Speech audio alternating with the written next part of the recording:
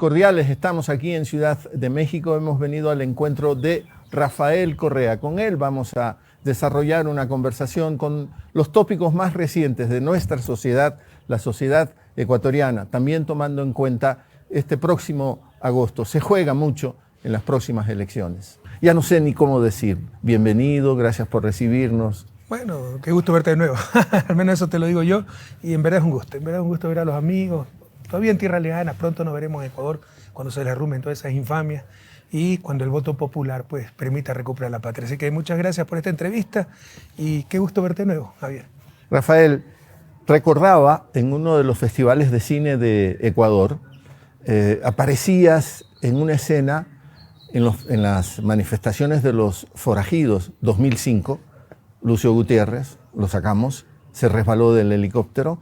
Tú aparecías en una escena como quien está curioseando, viendo las manifestaciones de los forajidos. 2005, han pasado tantos años, y hoy tenemos algo parecido. ¿En qué sentido? Acuérdate que Gutiérrez nos quiso estigmatizar con forajidos, peyorativamente, ¿no? Y se le dio la vuelta. La gente se reconoció forajida. Y hoy nos estamos reconociendo borregos. ¿Sientes que esa analogía vale la pena? Sí, ahora yo no es que estaba observador, yo estaba participando directamente en las protestas contra Lucio Gutiérrez, mandando gases lacrimógenos. El fotógrafo que murió a pocos metros míos, nos repletaron de gases. Pero bueno, eso es parte de la historia. Y sí, el arte, la política, es también darle la vuelta, es como el judo, hacer caer a tu oponente con su propio peso. Te ataca y lo haces caer con su propio impulso. Entonces nos dieron forajidos, le dimos la vuelta y nos identificamos como forajidos. Ahora nos dicen borregos, tratando de insultarnos, cuando borrego es un cordero tierno de 1 o 2 años, además un animal, te diré, muy importante en historia sagrada, muy simbólico, significa tal vez mansedumbre, pero también significa pureza, entrega, ¿no? Entonces no teníamos por qué abochornarnos de aquello. Querían insultarnos, pretendían insultarnos con eso porque no tenían más argumentos y decidimos darle la vuelta. En verdad decidimos darle la vuelta hace rato, ¿no? Pero mis estrategas no me hicieron mucho caso en su momento, ¿no? Hace como 2 o 3 años, ¿sí o no? Miran para otro lado. En todo caso, bueno, lo hicieron y lo hicieron como es su característica, brillantemente. Lo hemos pulverizado, no saben qué hacer. Y ahora borrego algo que nos identifica y nos enorgullece, como siempre debió ser. Y hay ejemplos históricos de esto. Andrew Jackson, los primeros presidentes norteamericanos por el Partido Demócrata, lo acusaron de asno. Y él asumió eso como el símbolo del Partido Demócrata. Y todavía el símbolo del Partido Demócrata es un asno. Sí, y los republicanos el elefante. El elefante. ¿Da resultados? ¿Tienes mediciones? ¿Está dando resultado esto de que ahora los borregos están en todos lados? Bueno, es evidente el impacto que ha tenido. Fuimos 3 días, tendencia, pero además de las 5 primeras tendencias, 4 eran nuestras, ¿no? El ver cómo reacciona la oposición siempre es muy decidor y no saben qué hacer y cometen errores torpes, tratan de desprestigiarnos diciendo, pero los borregos son mansos y más, mayor publicidad nos hacen.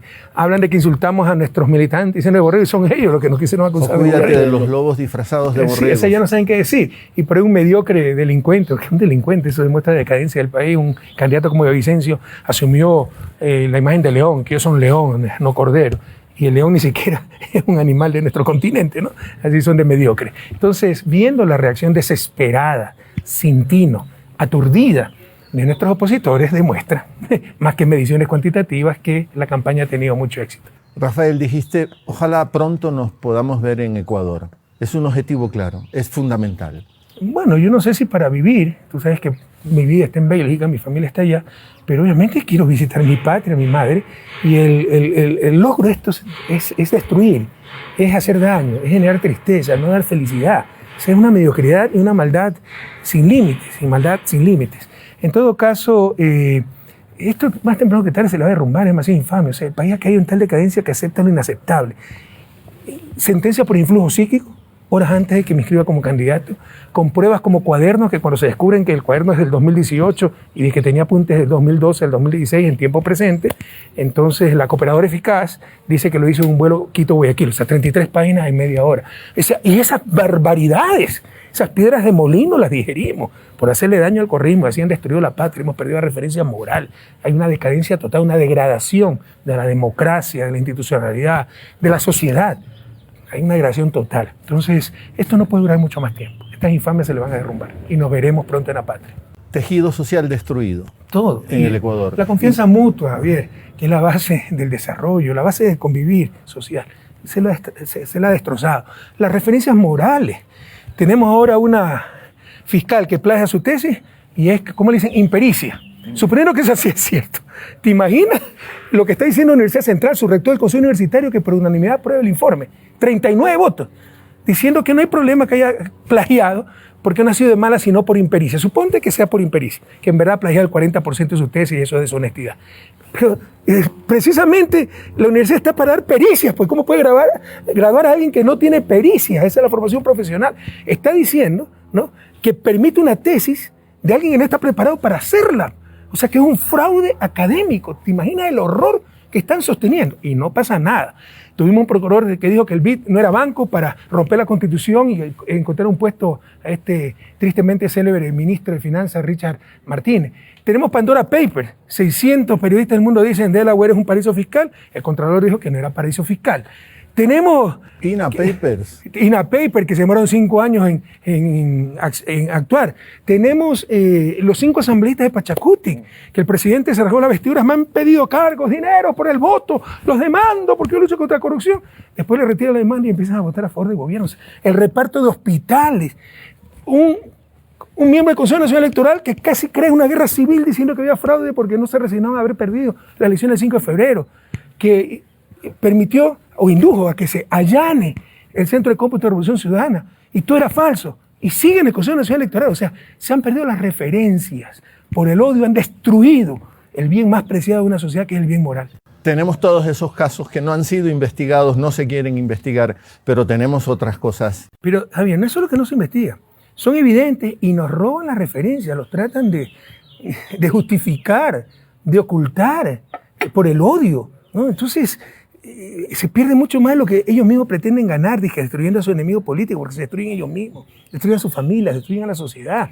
La violencia, inseguridad, no es independiente de esto. Se han perdido la referencia moral, hay una degradación moral total. Y eso hace también que surjan falsos valores, ídolos con pies de barro. Y hoy es el tiempo de los Fernando Balda, de los Galo Lara, de los Villavicencio, o sea, gente mediocre y delincuente, y le dan palestra.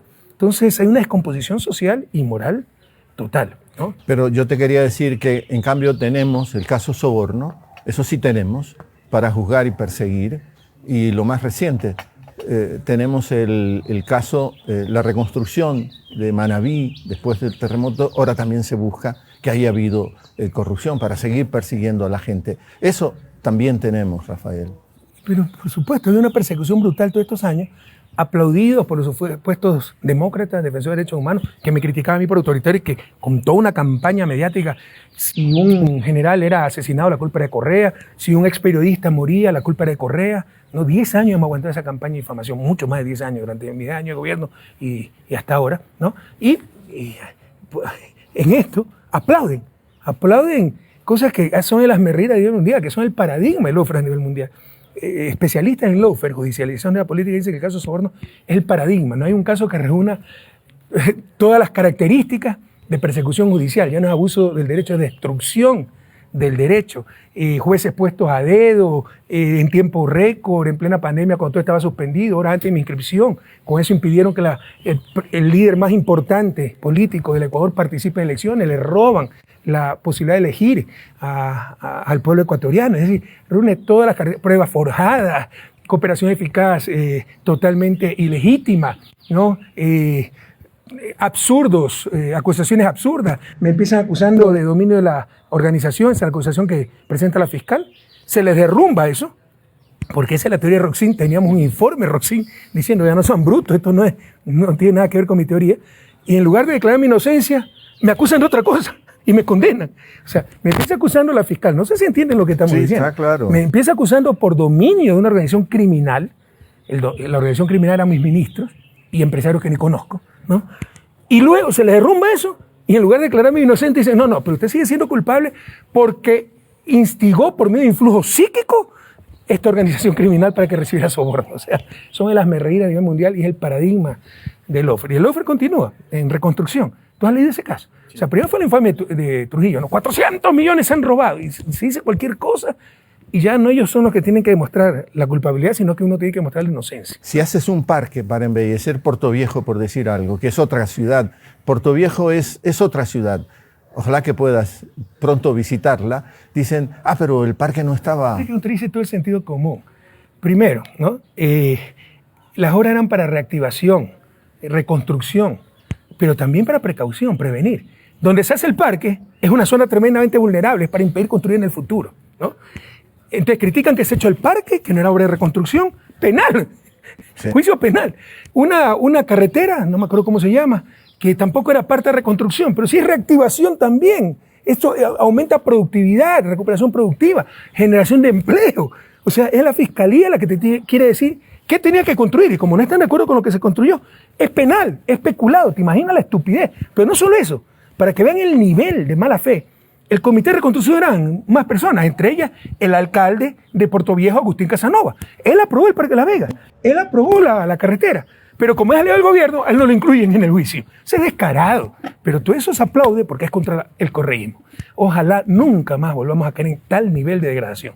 Solo quería hacer una pequeña apostilla a lo de la impericia de la fiscal. Yo vi un tuit que me pareció genial. ¿Qué pasa si un médico es inexperto o tiene una brutal impericia? ¿Qué pasa si un médico se nos muere el paciente? ¿Cuál es la definición de impericia? Falta de destreza en una profesión, arte y oficio. Si están reconociendo que graduaron a un estudiante con impericia, están diciendo que están graduando malos profesionales. Ellos mismos están escupiendo para arriba. O sea, entenderá lo que está diciendo el rector de la central tratando de defender una corrupta. Que fue una impericia, ¿no? Entonces, otro argumento, ¿no? Exigen tesis, pero la tesis está mal hecha por impericia. Entonces, ¿para qué exigen tesis? O la preparan para tesis o no pidan tesis. Es que tenía que hacerla bien. Entonces, si la hizo mal, ¿cómo la prueban? ¿Cómo la gradúan? O sea, ¿y por dónde? Pero además no fue impericia, fue corrupción, deshonestidad. 40% de la tesis es deliberadamente plagiada. Pero van a llegar un grupo de expertos internacionales que van a hacer el análisis. Pero mientras tanto tendrán algunos meses más ahí esta fiscal perversa, inepta, corrupta, haciendo daño y persiguiendo a todo el mundo. Rafael, pasemos un poco a la economía, que es un tema que te gusta muchísimo, aunque sé también... No me gusta mucho, pero ya me tocó pero enfrentarlo en la vida. Me lo dijiste en Buenos Aires. Si tuvieses la oportunidad de dar marcha atrás, te especializarías, por ejemplo, en psicología social, ¿no? O sea, yo creo que para entender el desarrollo mucho más útil son ciencias como la psicología. O sea, yo creo que el desarrollo tiene mucho un factor cultural, ajá, pero hasta dónde llega la cultura y dónde empieza la psicología es un límite muy difuso. Entonces, me hubiera gustado saber más de psicología, sobre todo social. Y obviamente para mí el punto de partida del desarrollo es un proceso político, cambio en las relaciones de poder. Un poder que empieza a gobernar para las grandes mayorías, lo cual nunca ha habido en América Latina. No es suficiente, porque el voluntarismo incompetente puede hacer más daño que la mala fe. Pero al menos ya tener la recta intención de actuar en función de las grandes mayorías y luego saber hacerlo, ¿no? Entonces, para mí, el desarrollo es básicamente un proceso político y un proceso de cambio cultural. Y me hubiera gustado estar mucho más preparado para poder analizar esas cosas. Rafael, si fuese necesario en 2025 tu presencia en la papeleta como candidato a vicepresidente de la República, ¿lo harías? Sí, de ser necesario, sí. Tendría que conversarlo con mi familia, con alguna gente, pero sé la responsabilidad que tenemos sobre los hombros, sé la ingenuidad que cometimos en el 2017 al poner a Moreno y un poco por vanidad. Se hizo la reforma legal, constitucional, legítima para la postulación indefinida como la tuvo Estados Unidos hasta 1952. Cuando tenía nuestro nivel de desarrollo de Estados Unidos en 1918, había reelección indefinida para el presidente porque no se podía el lujo de prescindir de un buen gobierno. Entonces, pero por vanidad, por el que dirán, dijimos, yo prohibí que me presente yo y todos los asambleístas que aprobaron la reforma. Y creo que fue un error. Creo que fue un error, porque mira lo que nos ha pasado.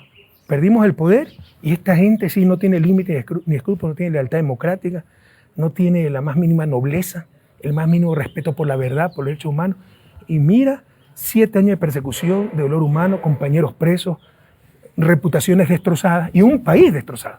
No podemos volver a cometer los mismos errores, ya debemos superar esa ingenuidad. ¿Dijiste alguna vez que hubieses preferido perder con Jorge que ganar con Lenin? Ahora sí, pues después de la batalla todo el mundo es general.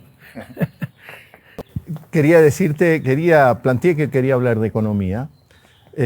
No tenemos reserva monetaria porque no tenemos moneda, pero tenemos reserva internacional y andamos por 8.500, 9.000 millones de reserva internacional. ¿Para qué tenemos reserva internacional? Sí, se puede llamar reserva monetaria también, solo que no respalda una moneda nacional, respalda las operaciones internacionales del país. Y esa es otra de las trampas de la organización.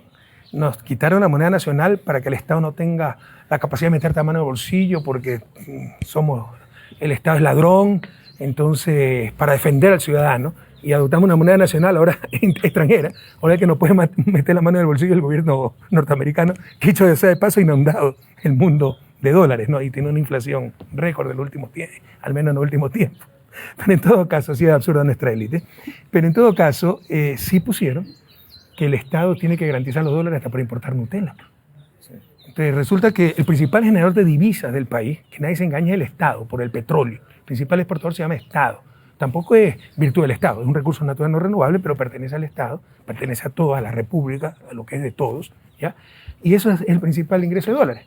Bueno, y resulta que por las trampas de la organización ecuatoriana, esos dólares se van hasta para la importación de Nutella. Entonces, todas esas cosas hay que corregir. Pero en todo caso, la reserva sirve para respaldar las operaciones internacionales, ¿no? Pero como todo en la vida, la reserva es liquidez para transacciones internacionales, ¿no? Como todo en la vida, ni poco ni demasiado, todo es cuestión de medida, cantaba Alberto Cortés. Y tú puedes definir la economía, yo no creo que es ciencia, pero como la ciencia es la optimización, lo óptimo, del equilibrio, ni poco ni demasiado, lo óptimo.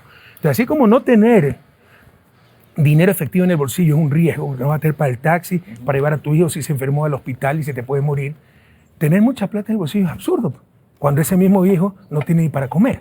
¿Sí me explico? Sí. Debe tener una cantidad razonable.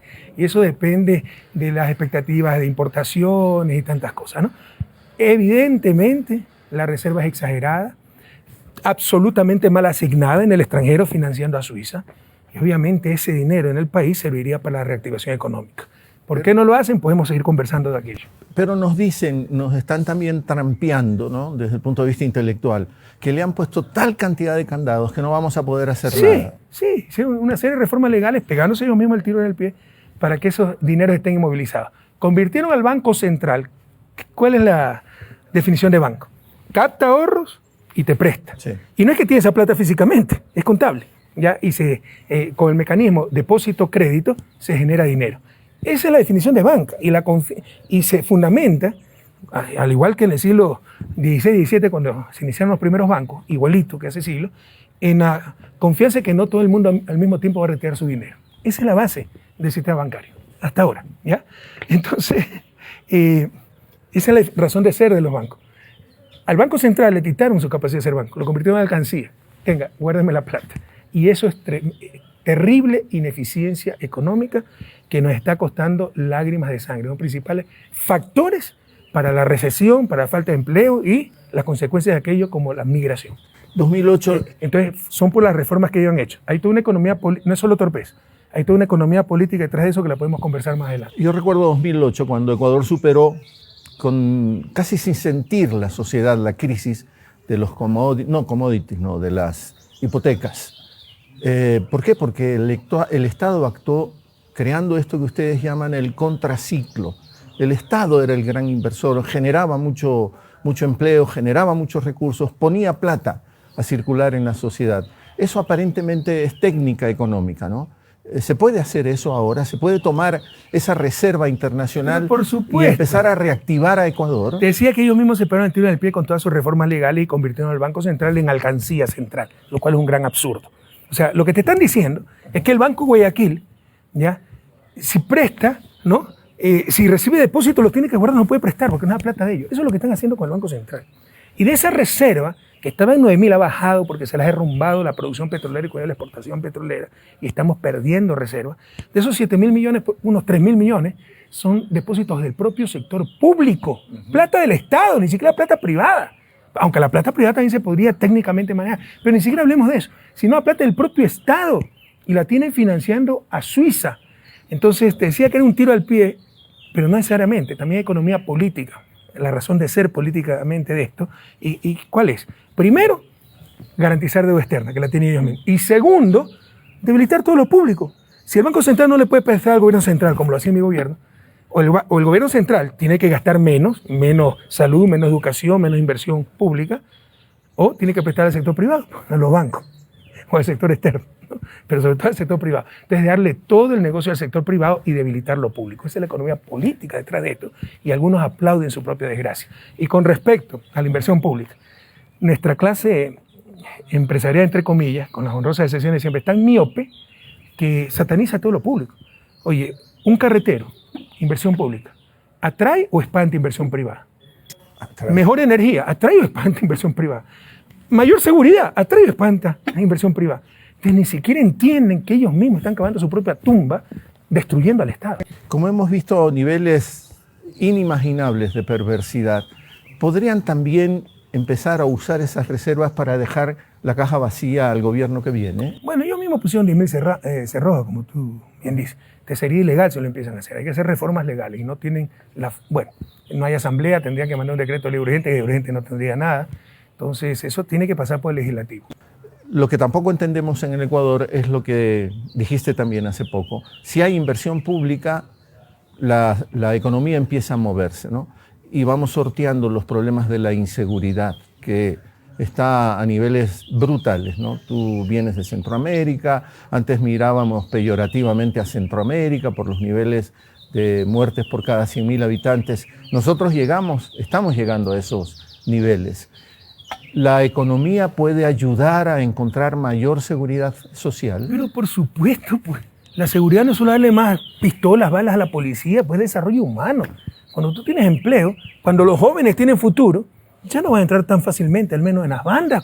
Pero es obvio aquello. O sea, la seguridad va relacionada con el crecimiento económico, la generación de empleo, la disminución de la pobreza, la disminución de la inequidad, que ya es más allá del simple crecimiento económico. Tú puedes tener crecimiento económico aumentando pobreza, incluso aumentando desigualdad. Entonces, pero por supuesto, y cuidado, ya Ecuador está entre los países más violentos de América Latina. Sí. Hay un reporte que pone a una región, no recuerdo, mexicana me parece que era, otra hondureña, y en tercer lugar, a la provincia de Esmeraldas como las 3 regiones más peligrosas de toda América Latina. Esmeraldas capital está entre las 7 ciudades más peligrosas del mundo. Guayaquil está entre las 24 más peligrosas. Así es la tragedia, así es la destrucción. Yo no he visto destrucción tan acelerada, tan profunda en época de paz en ningún país. Te lo digo sinceramente. Que me dé un ejemplo. ¿En qué país en 6 años ha habido tanto retroceso sin que haya existido un terremoto, una guerra, algún evento ya fuera del manejo del gobierno, de las políticas públicas? Entonces, por supuesto, el desarrollo humano contribuye a la seguridad. Y tú decías, recuerdo perfectamente bien, que el peor de los mundos es tener un bien que nadie lo ocupa, ¿no? Porque es del sector público, pero hay tantas trabas que no se lo puedes dar a nadie. El peor de los mundos estamos, Rafael, porque la propia burguesía ecuatoriana desarrolló programas, por ejemplo, en Esmeraldas, y los tienen que abandonar, porque la inseguridad ya no les permite ir allá. Javier, yo me he pasado la vida estudiando esto, y por eso te digo, me hubiera encantado estudiar más psicología, porque el problema ya no es de racional económica. O sea, el sector empresarial con nosotros triplicó beneficios. ¿Por qué nunca estuvo con nosotros? Porque no nos dominaba, porque no son empresarios capitalistas que buscan rentabilidad de sus negocios, sino que buscan poder político, buscan verticalidad, buscan exclusión. Ese es su fundamento. Tanto como empresarios, las élites en su rol de empresarias, como en su rol de hogares, la empleada doméstica, ¿no? Tú tenías la casa más opulenta, pero el cuarto de la empleada doméstica iba a ser más pequeño que el closet del cuarto principal. Es una cuestión cultural, ya no era una cuestión de falta de recursos. Y hay mucho de eso. En la cuestión de seguridad. Menos impuestos, menos gasto público, menos policía, menos seguridad. Pero yo, porte de armas, gastar en armas y contratar guardianía privada. Van a tener menos seguridad, pero se sienten más poderosos, porque ellos manejan el arma y la guardianía privada. Entonces ya es su sentido de poder, ¿sí me explico? Es algo ya psicológico, ya no es racional, ya no se puede explicar racionalmente. Es algo que hay que ir más allá a buscarlo en la psicología social. Si pudieses utilizar la Reserva Internacional, ¿por dónde empezarías para reactivar al Ecuador? Por ejemplo, reconstrucción vial, que genera mucho empleo. Obviamente habrá que gastar en seguridad, que no genera tanto empleo y toma tiempo, pero es una necesidad urgente, clamorosa. Y en el corto plazo, recuperar la producción petrolera, que es sacarnos nosotros mismos del pantano, porque eso te genera más divisas que permite mantener el proceso de crecimiento. Entonces serían 3 prioridades ahí. Obra pública básicamente en general, a través incluso de los municipios, porque es altamente generadora de empleo y reactiva la economía. Seguridad, porque es el clamor ciudadano. No son independientes, ¿no? Pero ¿eso qué significa? Reformas. Recuperar el Eco 911, las cámaras, equipar la policía, nuevos patrulleros, que es importación, no es recesivo aquello, porque son importaciones, pero hay que hacerlo. Y recuperar urgentemente la producción petrolera, que ha caído a más de 50.000 barriles, lo cual es recesivo y nos está creando un grave problema en el sector estatal. Ellos destrozaron la institucionalidad también. Ministerio de Seguridad se acabó, Ministerio del Interior y de Gobierno se fusionaron, ahí está María Paula Romo. No, primero lo eliminaron. Sí. Lo eliminaron, dejaron el Ministerio de Gobierno para darle poder a María Paula Romo solo como el Ministerio de todo. El Ministerio del Interior lo eliminaron, ¿ya? Entonces era todo esta señora, reparto de hospitales, gobiernos locales, legisladores y supuestamente policía, pero en verdad policía volvió a ser una república independiente y sigue siendo una república independiente. ¿Qué harías con la policía? Bueno, reinstitucionalizarla. A ver, esa es otra cosa que reflexionar, ¿no? En su mediocridad e irresponsabilidad e indolencia, porque no se conduelen de realidad, no reconocen la realidad para tratar de resolverla. Para justificar su fracaso, ¿qué dijeron? La culpa es de Correa, política de fronteras abiertas y la mafia albanesa. Tú escuchas eso, chuta. Hay 500.000 albaneses en Ecuador y nos fregamos. ¿Sabes cuántos albaneses hay en Ecuador? ¿Cuánto crees? ¿Cuántos albaneses? 160. Entre hombres, mujeres, ancianos, niños, bebés. Podríamos hacer, o sea, hasta un niño de escuela puede descubrir cuál es la mafia albanesa. ¿Por qué no se lo hace? Porque ha infiltrado el Estado. Porque hay narcos generales, esa es la realidad. Y no solo en la policía, también Fuerzas Armadas. Ese es el gran problema. Crimen organizado existe en todas partes. ¿Dónde manda la droga la mafia albanesa? Europa, pues también hay mafia albanesa en Europa. Otra cosa es que hay infiltrado el Estado. Y por eso no se puede resolver el problema. Entonces, por supuesto que hay que depurar a la policía. ¿Y Fuerzas Armadas? También, y sobre todo la Marina, está infiltrada por el narcotráfico. Dejan pasar hasta un portaaviones lleno de droga. ¿Tú lo trataste a Paco Moncayo? Sí, un par de veces, pero tenía que tener una paciencia infinita porque muy iluminado no es. Duró 1 mes y medio como asesor en seguridad. Es que, o sea, a mí sí me sorprende, ¿no? Uno llega a admirar esa gente. Yo admiro mucho a los héroes de CENEPA. Y el comandante era Paco Moncayo, era de CENEPA. Y cuando tú lo tratas, qué desilusión, porque qué tipo más limitado. Yo lo traté como alcalde. Créeme que el aeropuerto de Quito era un asalto. Creo que se ponían 70 millones de capital fresco para un negocio de 600 millones y el resto se pagaba con las propias tasas del Mariscal Sucre antiguo. Entonces yo le dije, vea, deme a mí entonces al gobierno central, yo le doy los 70 millones y nosotros hacemos el aeropuerto. Pero ni siquiera me entendía, o pretendía no entender. No, yo prefiero creer que no me entendía a creer que era corrupto. Pero ni siquiera me entendía.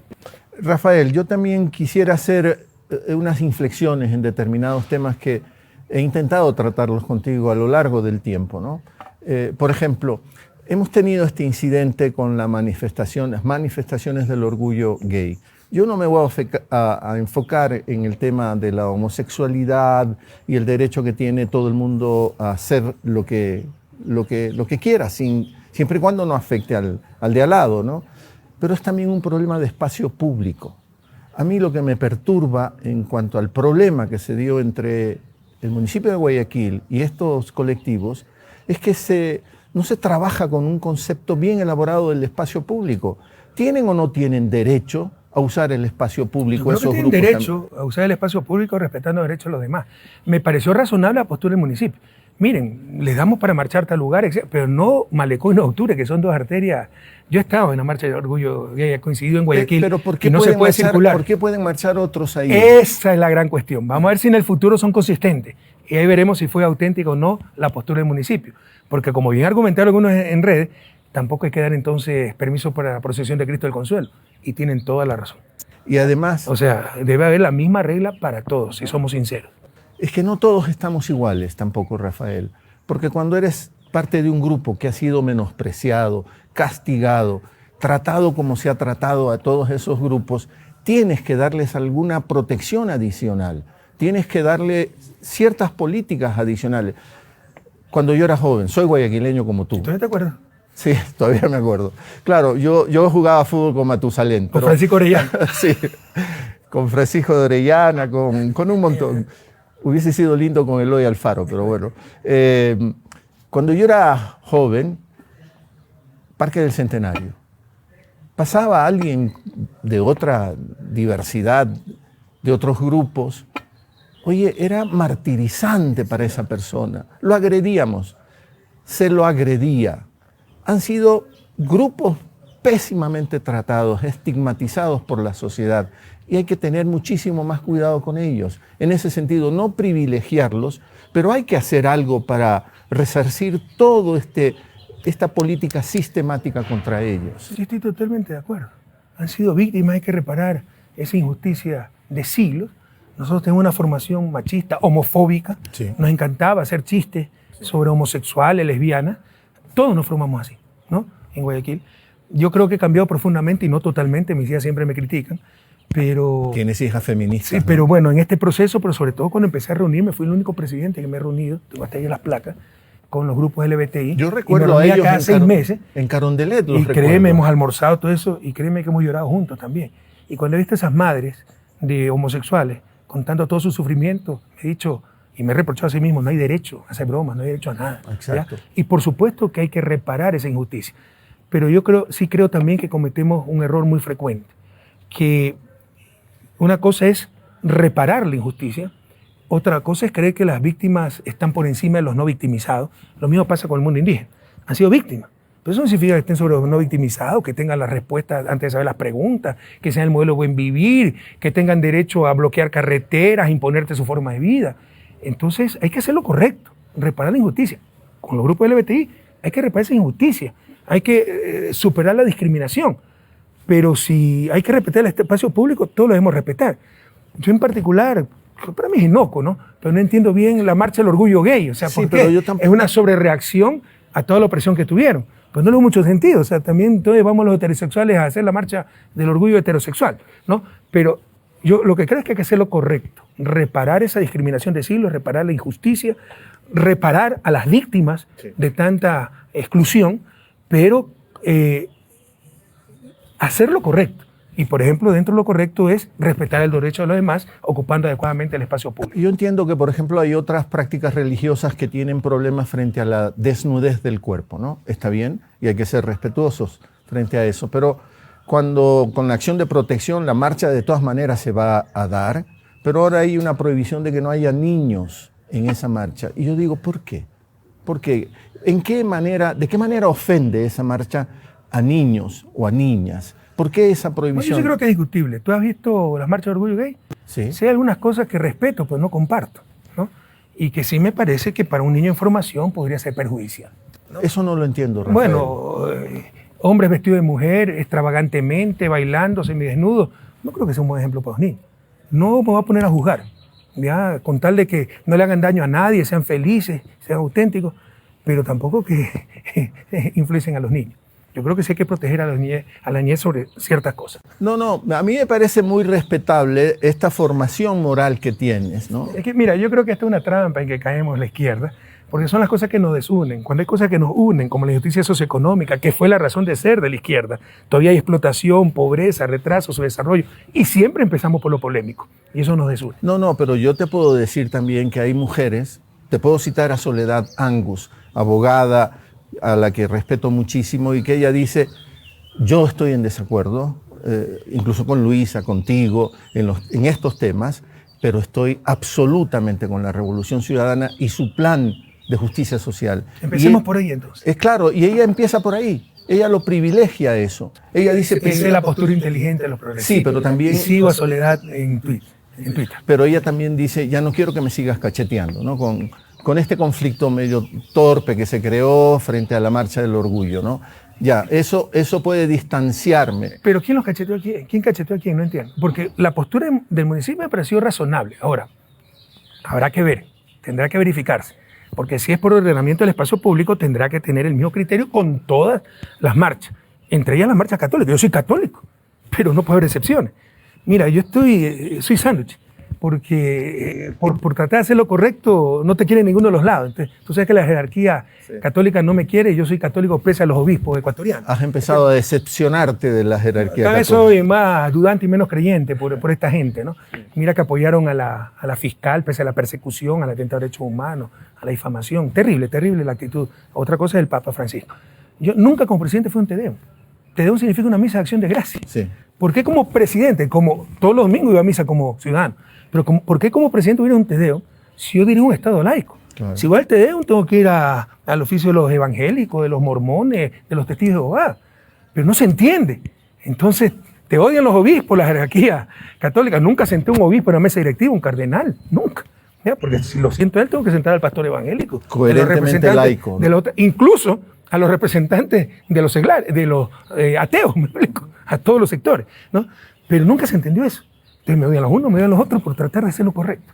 Rafael, entre las recuperaciones que tenemos que hacer en el Ecuador, por ejemplo, quizás tenga menos impacto económico, pero a largo plazo es brutal el impacto que tiene las becas. Todo eso también se echó a perder. Y eso golpea mucho a la esperanza de los jóvenes. Ya no hay las becas de antes. ¿Recuperarías todo eso? Por supuesto, ese es uno de los programas fundamentales. No se entiende que en el siglo XXI la riqueza de las naciones ya no es la tierra como en el siglo XVIII, XVII. Ya no son recursos naturales, el petróleo empezó en el siglo XIX, siglo XX, recursos naturales no renovables, porque la tierra tiene un recurso natural. Es el talento humano, que es un derecho en sí mismo. Tú no es que tienes que educar para que sea un instrumento de producción, es un derecho, pero también te sirve para ser más productivo, ¿no? Entonces el talento humano, y talento humano que no solo significa preparar en aptitudes, mejores médicos, mejores ingenieros, mejores economistas, sino en actitudes, capacidad de innovación, ¿ya? No tener miedo a tomar decisiones, arriesgar. Por ejemplo, ¿cuántas veces me tocó a mí ir a la universidad y se me paraban los estudiantes? Ya me voy a graduar de sociología, de abogado. ¿Qué va a hacer usted para garantizar un puesto de trabajo? Y nadie decía, voy a trabajar para generar trabajo para los demás. Yo voy a aportar para el Estado. Entonces hay que cambiar actitudes, visión también. Entonces, yo tengo por eso mucha fe a las becas, porque no solo forman mejores médicos, ingenieros con sus posgrados, sino que esas becas del primer mundo, y por eso insistía que sean en el primer mundo, van a culturas y a países donde ya están de regreso en lo que nosotros estamos idos, donde ya han respondido las preguntas que recién nosotros estamos planteando, y los chicos vienen con, muchas veces, no siempre, con otra mentalidad, porque hay chicos de la burguesía que no cambiaron. Ya el llamado de la burguesía es demasiado fuerte. Pero otros sí, venían con una visión mucho más amplia. Cuando tú vas a una beca, y hablo por mi experiencia propia, en el primer mundo, no solo aprendes más economía, aprendes otra cultura. Y eso es fundamental para el desarrollo de nuestra patria. Y recuerda, el principal recurso productivo, que no me gusta porque el ser humano no es un instrumento de producción, el fin mismo es la producción, pero si lo quieren ver desde ese punto de vista, el principal recurso productivo en el siglo XXI no es la tierra, no es el petróleo, son las ecuatorianas y los ecuatorianos. Dijiste que era triste cuando veías a ese Ecuador que no te miraban a la cara, ¿no? La gente caminaba mirando al suelo. Hemos vuelto a eso, Rafael. Sí. Hemos vuelto a eso. Mira, es la táctica para inmovilizar. Porque en esto pierden la mayoría, pero ganan algunos. Los bancos están rompiendo récord en utilidades, ¿ya? Entonces, rompen la confianza mutua. Y ahí un instrumento de destrucción masiva son los medios de comunicación. Y la memoria es frágil. Entonces, todos los políticos son iguales, todos los gobiernos son un desastre. Nuestro gobierno es uno de los más exitosos de la historia de Latinoamérica, no solo de la historia de Ecuador. Lo dicen todos los indicadores. Pero todos somos iguales, ¿no? Trataron de robarnos nuestra reputación, no lo han logrado, están en las estadísticas, pero que somos ladrones. ¿Cómo siendo ladrones pudimos tener la inversión pública más alta de todo el continente? O sea, ya es negar lo evidente, creer lo imposible, pero todo se justifica por el odio. Y no hay mayor prueba que sus propias creencias, que ni siquiera están basadas en el bien común, sino en justificar sus odios y defender sus intereses. Así funciona nuestra oligarquía, pero lamentablemente también gran parte de nuestro pueblo, porque no nos engañemos. Lo peor que podemos hacer es engañar. No solo nos engañaron, sino que quisimos ser engañados. Quisimos creer para sentirnos superiores al resto. Pero esa es la forma de actuar de esta gente, romper esa confianza en nosotros mismos y así nos inmoviliza. Y muchos caemos en esa trampa. Tengan claro que así como hay buenos políticos, malos políticos, hay buenos políticos. Así como hay malos periodistas, hay buenos periodistas. Así como hay malos profesores, hay buenos profesores. Entonces, a no perder la fe en nosotros mismos. Cuando el pueblo se deja engañar, y yo prefiero también hacer esa otra lectura, ¿no? Más que hablar de periodistas, prefiero hablar de medios, ¿no? Hay esas políticas mediáticas. Sí, pero hay periodistas terribles. Sí, de acuerdo. Hay periodistas que descaradamente, o sea, un Carlos Vera te dice que él administra la verdad. Te dice que no va a entrevistar ningún candidato carrerista. Bienvenidos todos los candidatos anticorreístas.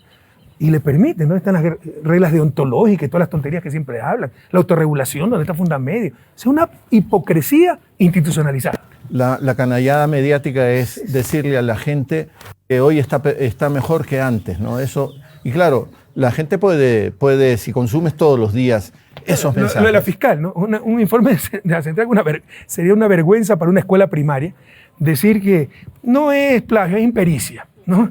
Y enseguida los periodistas como nuestros aplauden, caso cerrado. ¿Te imaginas si hubieran dicho lo mismo a un fiscal que consideraran cercano al correísmo? Estarían expulgando hasta la última coma.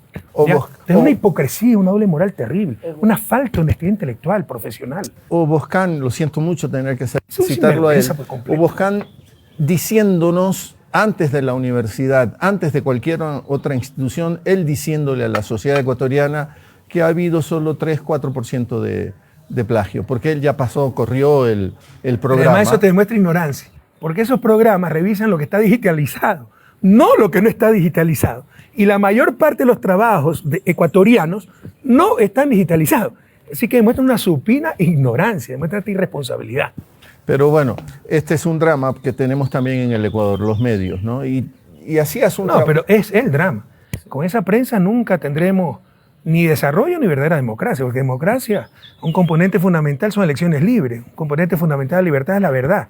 La información para que funcione la democracia, la acción colectiva y con eso el desarrollo. Y esta gente lo que hace es robarnos la información.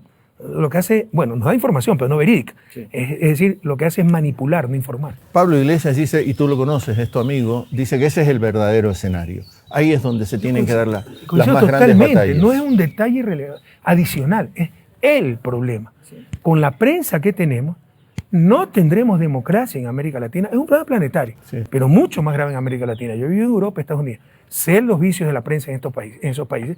Pues nada que ver con los nuestros. ¿Qué no va a tener un con Carlos Vera, una Nena Nostroza, un Alfonso Espinosa de los Monteros, que es relator de noticias, pero aprueba como César moderno el pulgar para arriba, para abajo, sí, sí, si las cosas son buenas o malas? No va a tener un Diego Kendo, un Gonzalo Rosero y ese puñado de mediocres, ¿no? Y Pablo Ortiz, ¿cómo es? Jorge Ortiz. Entonces, es un problema demasiado grave. Si no resuelve ese problema en América Latina, es el poder sin contrapoder, porque nos han asustado que tratar de regular a esos negocios dedicados a la comunicación es atentar contra la libertad de prensa. Otra cosa es la libertad de prensa. Tú sabes que mi segunda hija es periodista. Sí. Otra cosa es la libertad de prensa, ¿no? Entonces, y tú ves la base. Si no resuelves ese problema, como te digo, no tendremos democracia porque no tendremos verdad, ¿ya? Y no tendremos desarrollo, porque en lugar de información tendremos manipulación.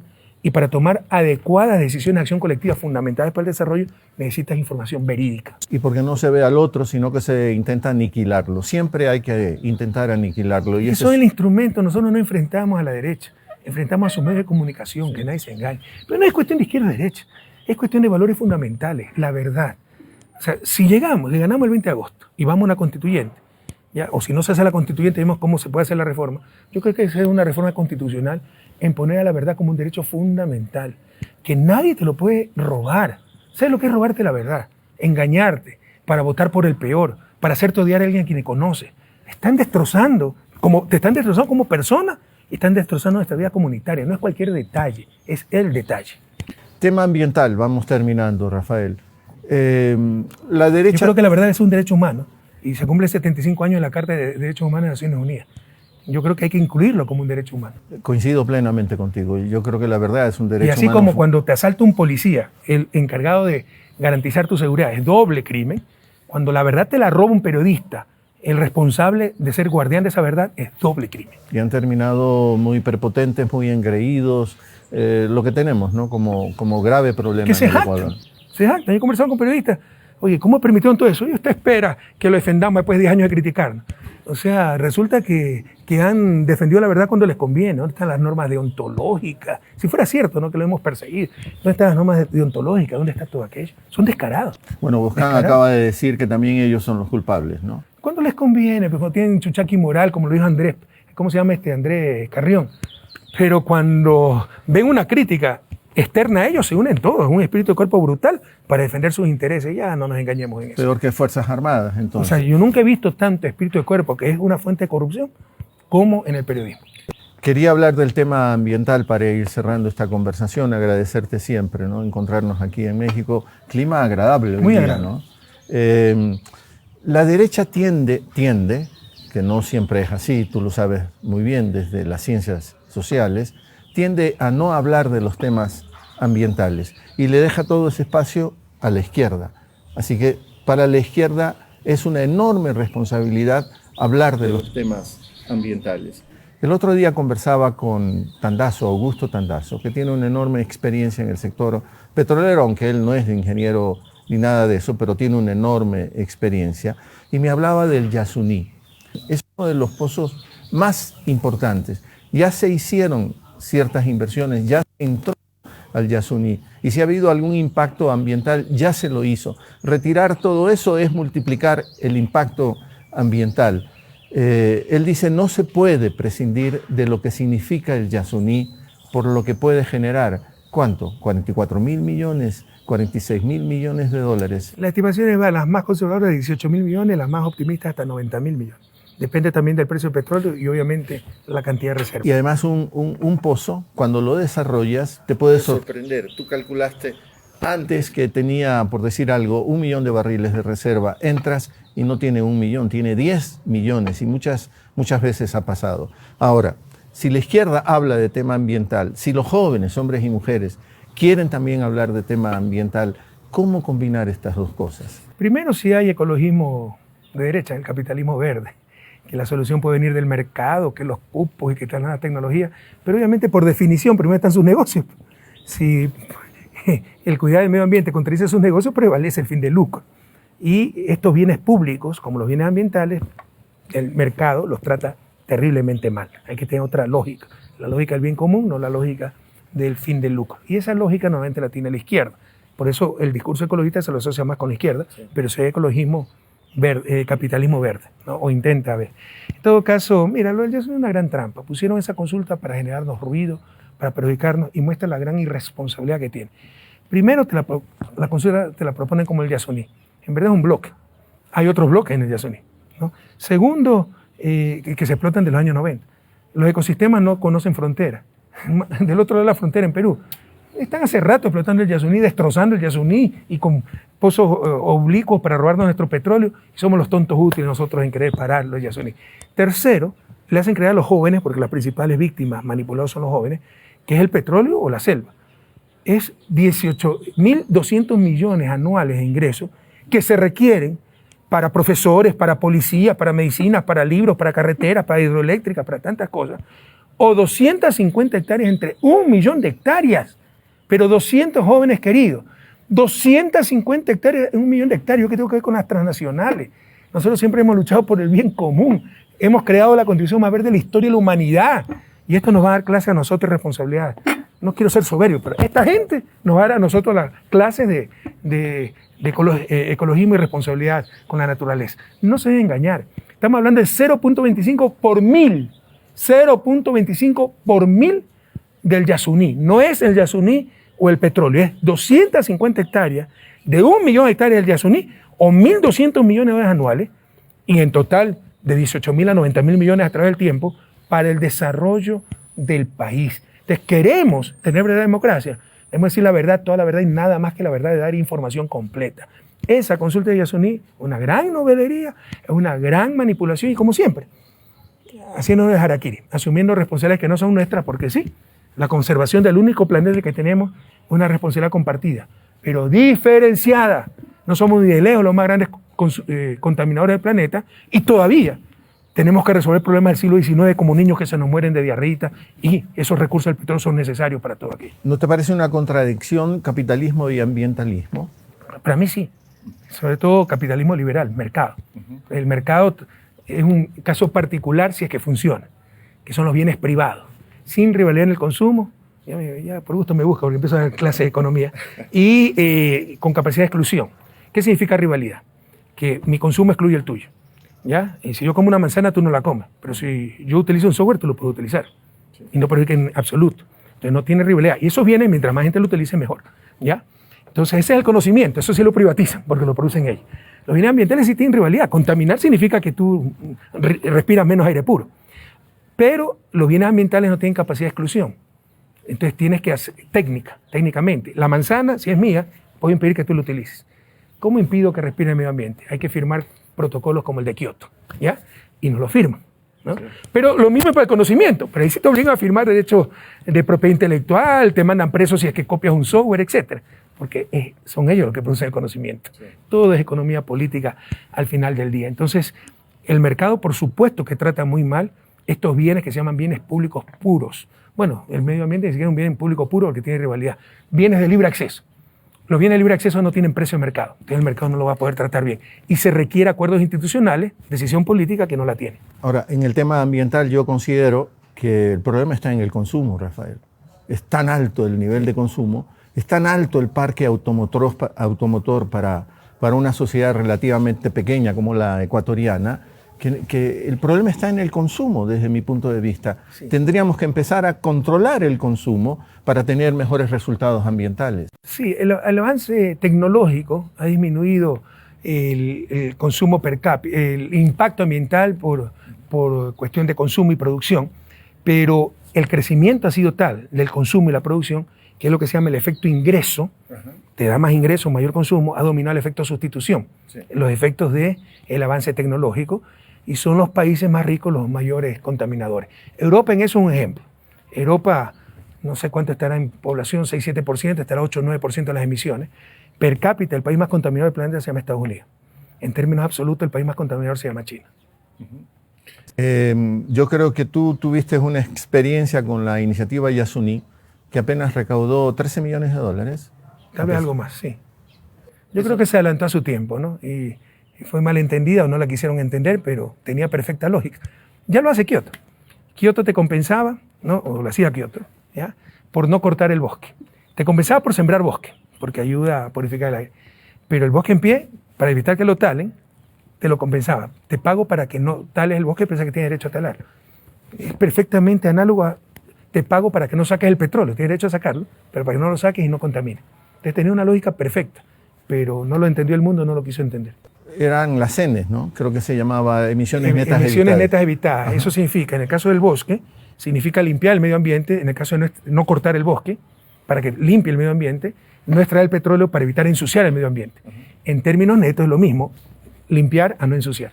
Bonos azules también hay, ¿no? Sí, hay todo, ¿Qué lectura tienes con el tema de Galápagos? Esto es más terrible que cualquier otra cosa. Mira, te soy sincero, no he tenido el tiempo de revisar la letra pequeña, pero los artículos que he leído me gustan, estas cosas polémicas, yo mismo ir a la fuente primaria. Las fuentes secundarias, como Fernando Yepes, gente muy preparada, me alarman, ¿no? Parece que estos tipos han entregado la soberanía de Galápagos. Yo sé cómo son esos acuerdos, yo siempre los rechacé. Recuerdo el conflicto que tuve con Fan de Falconi cuando firmaron cualquier tontería en Copenhague y los desautoricé, porque es como si nos dan caridad, nos condonan deuda, ellos ponen la plata, pero ellos administran la plata y deciden qué hacer en Galápagos. Se privatizan Galápagos. O sea, ellos deciden los proyectos. Claro. ¿Ya? Ah, no, pero tiene participación el gobierno ecuatoriano, pero resulta que es minoría, resulta que son gringuitos que toman las decisiones. Eso me parece terrible para soberanía nacional. En todo caso, tengo que leer la letra pequeña en detalle. Y si fuera el caso y llegases a tener poder... Si es renunciar a la soberanía nacional, es inaceptable, es inconstitucional. Por supuesto que habrá que... No es traición a la patria, no estamos cerca de la traición a la patria. Revocar todo aquello. Traición a la patria es más para casos de guerra, pero yo ampliaría el problema de traición a la patria. Por ejemplo, no hay un delito penal claro para los rompimientos constitucionales, los transitorios. Destituir a un corte constitucional 6 meses de vacancia constitucional, eso es golpe de Estado. ¿Dónde está tipificado ese delito? Entonces, mientras no esté tipificado, ocurrirá nuevamente. La gente hará lo que le viene en gana, destrozará cuantas veces quiera la Constitución y no pasará nada. ¿Esta ciudad es una de las capitales de América Latina que más te gustan? Pregunta capciosa. Sí me gusta México, pero ¿por qué no me gustan las ciudades tan grandes. Me gustan más bien las ciudades medianas. Por ejemplo, para mí un tamaño ideal es Cuenca, ¿no? Ah, esa es una ciudad de tamaño perfecto, son las ciudades medianas, ¿no? Ni tan pequeña como para carecer de lo indispensable, ni tan grande como para tener los problemas de las grandes urbes. Pero no quitas de uno de tus lugares de privilegio a Buenos Aires, por ejemplo. Es que Buenos Aires es una capital bien grande, pero Buenos Aires me encanta. Sí. Agradecerte mucho, Rafael, por este encuentro aquí con nosotros. A ti, Javier, y a la patria, un inmenso abrazo. Ya falta poco. A resistir. Rafael Correa, en este encuentro, esta conversación desde la Ciudad de México. Siempre a usted le agradecemos la compañía. Pásela bien.